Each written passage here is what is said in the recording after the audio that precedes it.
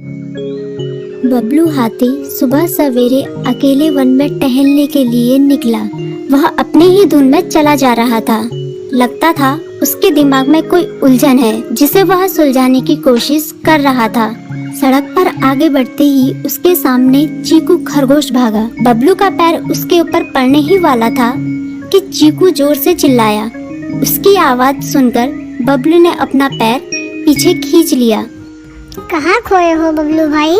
कहीं नहीं, बस कुछ ऐसे ही सोच रहा था। किस बारे में? तुम जानकर क्या करोगे? शायद मैं तुम्हारी कुछ मदद कर सकूं। तुम तो जानते हो आजकल वन में कितनी चोरियां हो रही हैं, पर चोर का कोई अता पता ही नहीं है। इस बात को लेकर वन के सारे प्राणी चिंतित थे। वे वहाँ खुद को सुरक्षित महसूस नहीं कर रहे थे। अरे चीकू भाई, हम मजबूर हैं। हम चोर को पकड़ ही नहीं पा रहे हैं। वह बहुत चालाक है और अपने काम को बड़ी कुशलता से अंजाम दे रहा है। कहीं कोई सबूत ही नहीं छोड़ रहा। हमारे राजा इस बात को लेकर बहुत चिंतित हैं। यही कारण है कि हम सब इस बारे में सोच रहे हैं। अब तुम मेरी इसमें क्या मदद कर सकते हो? मैं कुछ सोचता हूँ, हो सकता है मुझे कोई उपाय सूझ जाए। प्रयास करने में कोई हर्ज तो नहीं है। तुम ठीक कहते हो चीकू, लेकिन वन के गुप्तचर भी अभी तक इसका कोई हल नहीं निकाल सके। इतना कहकर वे चुप हो गए। बबलू की बातों ने चीकू को सोचने के लिए मजबूर कर दिया। चीकू को उदास देखकर बबलू बोला, तुम अपना मन छोटा मत करो। मुझे अच्छा लगा कि तुमने मेरी परेशानी को समझा। कभी मैं भी इस वन के लिए गुप्तचर का काम करता था।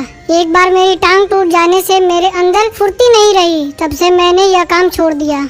चीकू, तुम चाहो तो यह काम दोबारा कर सकते हो। वन के प्राणी ज्यादातर दिन में भोजन की तलाश करते हैं, वे रात को आराम करते हैं। तुम दिन रात दोनों में ही भोजन की तलाश में निकल सकते हो। हो सकता है रात को तुम्हें कुछ ऐसी बातों का पता चल जाए जो हमारे काम की हो। हाँ बबलू, तुम ठीक कहते हो। मैं आज रात को वन में घूम कर इस बात का पता करने की कोशिश करता हूँ।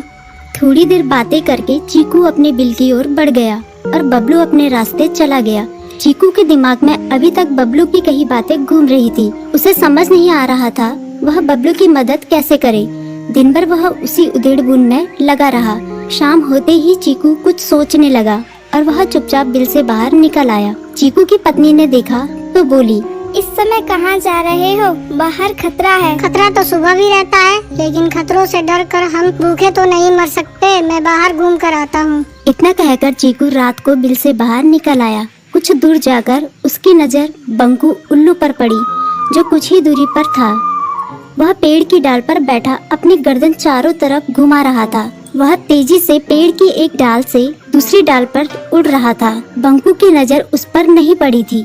कुछ सोचकर चीकू पेड़ के पीछे से बाहर निकलकर थोड़ी खुली जगह पर आ गया और वहां से बंकू उल्लू को देखने लगा। बंकू ने चीकू को अंधेरे में भी देख लिया, पर उसने उसमें कोई उत्सुकता नहीं दिखाई और अपनी गर्दन चारों ओर घुमाता रहा। चीकू बड़ी देर तक बंकू की हरकतों पर नजर रखे रहा। वह थोड़ी देर तक खुले मैदान में खड़ा रहा, पर बंकू ने उसे देखकर भी अनदेखा कर दिया। उसने महसूस किया कि बंकू के आसपास चमकू चमगादड़ भी मंडरा रहा था। कुछ देर वन में घूमने के बाद चीकू अपने बिल में लौट आया और सुबह होने का इंतजार करने लगा। अगली सुबह बबलू उसी रास्ते में जा रहा था। रास्ते में चीकू उसका इंतजार कर रहा था। आज बड़ी जल्दी आ गए बबलू। हाँ, आजकल मुझे चिंता की वजह से नींद नहीं आती। कोई नई खबर है क्या? यकीन से तो मैं नहीं कह सकता, पर मैं तुम्हें ऐसे प्राणी का नाम बता सकता हूँ जो शायद चोरों की मदद कर रहा है। कौन है वो? बंकू उल्लू। इतना कहकर चीकू ने रात की घटना उसे ज्यों की त्यों सुना दी। इसे सुनकर बबलू का माथा ठनका। बबलू की आंखें चौंधिया गई। तुम ठीक कह रहे हो। मुझे आज रात बंकू और चमकू पर नजर रखनी होगी। इतना कहकर वे दोनों अपने अपने रास्ते चले गए। बबलू रात को अपने साथियों के साथ बंकू पर नजर गड़ाए रहा। उसकी संदिग्ध गतिविधियों को देखकर बबलू ने उसे उसके साथियों चंकी और संकी लोमड़ के साथ पकड़ लिया। बबलू ने सख्ती से पूछताछ करनी शुरू कर दी। तुम इस समय बंकू चमकू के साथ क्या कर रहे हो? हम चारों दोस्त हैं, इसलिए साथ बैठकर बातें कर रहे हैं। चमगादड़ और उल्लू की दोस्ती तो समझ में आती है, पर लोमड़ के साथ दोस्ती कैसे हो सकती है? सख्ती से पूछने पर दोनों ने अपना जुर्म कबूल कर लिया और सभी चोरियों के बारे में बताया जो उन्होंने कुछ दिन पहले वन में की थी। बबलू ने उनके चोरी का सारा सामान भी बरामद कर लिया। बंकू और चमकू को अभी तक समझ में नहीं आ रहा था कि वो इतनी आसानी से कैसे पकड़ में आ गई। बबलू हाथी सुबह सवेरे अकेले वन में टहलने के लिए निकला। वह अपने ही धुन में चला जा रहा था। लगता था उसके दिमाग में कोई उलझन है जिसे वह सुलझाने की कोशिश कर रहा था। सड़क पर आगे बढ़ते ही उसके सामने चीकू खरगोश भागा। बबलू का पैर उसके ऊपर पड़ने ही वाला था कि चीकू जोर से चिल्लाया। उसकी आवाज सुनकर बबलू ने अपना पैर पीछे खींच लिया। कहाँ खोए हो बबलू भाई? कहीं नहीं, बस कुछ ऐसे ही सोच रहा था। किस बारे में? तुम जानकर क्या करोगे? शायद मैं तुम्हारी कुछ मदद कर सकूं। तुम तो जानते हो आजकल वन में कितनी चोरियां हो रही हैं, पर चोर का कोई अता पता ही नहीं है।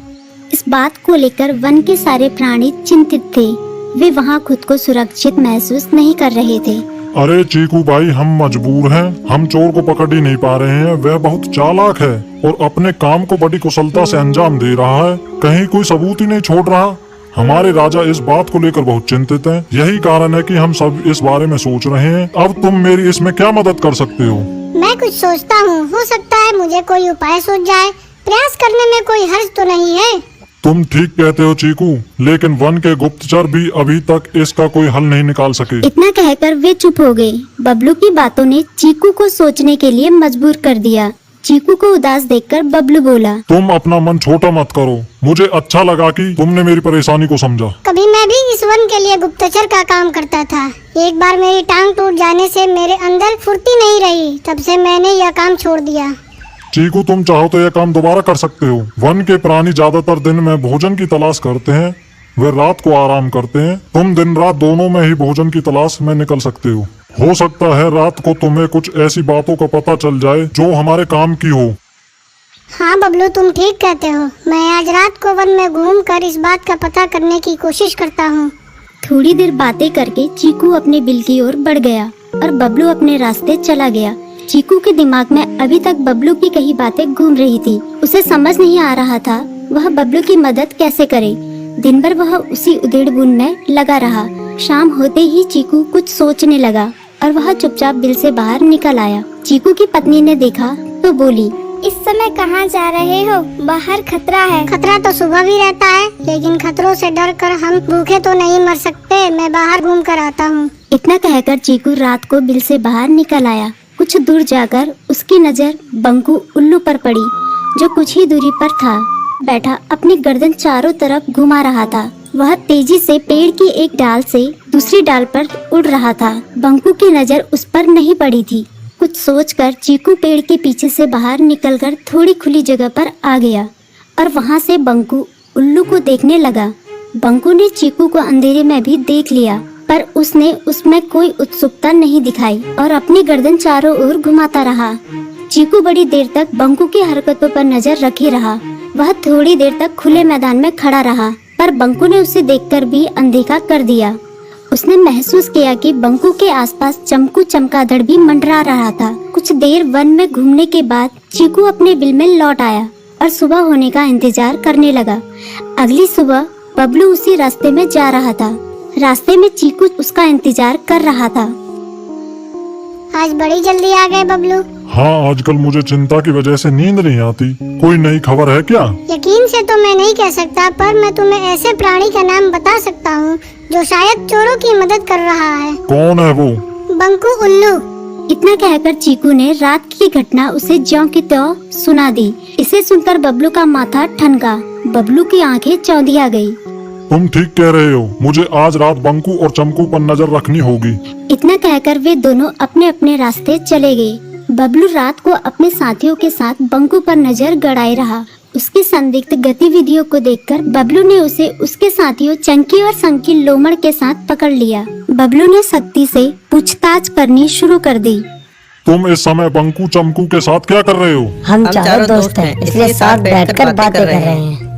चमगादड़ और उल्लू की दोस्ती तो समझ में आती है, पर लोमड़ के साथ दोस्ती कैसे हो सकती है? सख्ती से पूछने पर दोनों ने अपना जुर्म कबूल कर लिया और सभी चोरियों के बारे में बताया जो उन्होंने कुछ दिन पहले वन में की थी। बबलू ने उनके चोरी का सारा सामान भी बरामद कर लिया। बंकू और चमकू को अभी तक समझ में नहीं आ रहा था कि वो इतनी आसानी से कैसे